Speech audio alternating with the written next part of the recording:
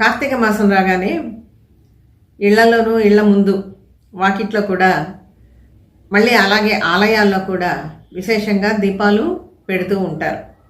అయితే మన ధర్మంలో దీపాన్ని పరమాత్మ స్వరూపంగా చూస్తారు.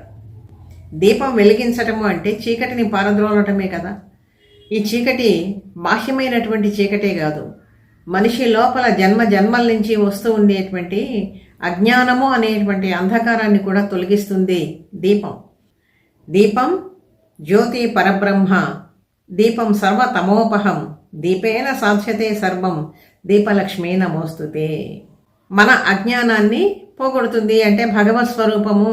దీపం జ్యోతి పరబ్రహ్మ, ఆ జ్యోతి రూపంలో కాంతినిస్తుంది, పరబ్రహ్మ తత్వాన్ని తెలియచేసేటట్లుగా చెప్తుంది.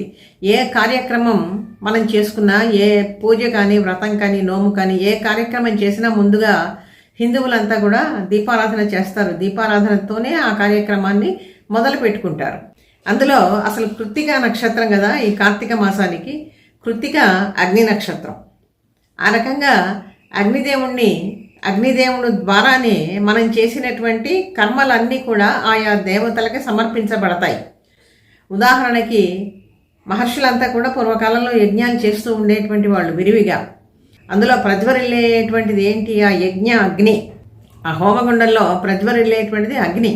ఆ అగ్ని ద్వారానే వీళ్ళు సమర్పించేటువంటి ఆయా దేవతలను ఉద్దేశించి చేసేటువంటి ఆహుతులన్నీ కూడా ఆ దేవతలకి చేర్చేటువంటి వాడు అగ్నిదేవుడు.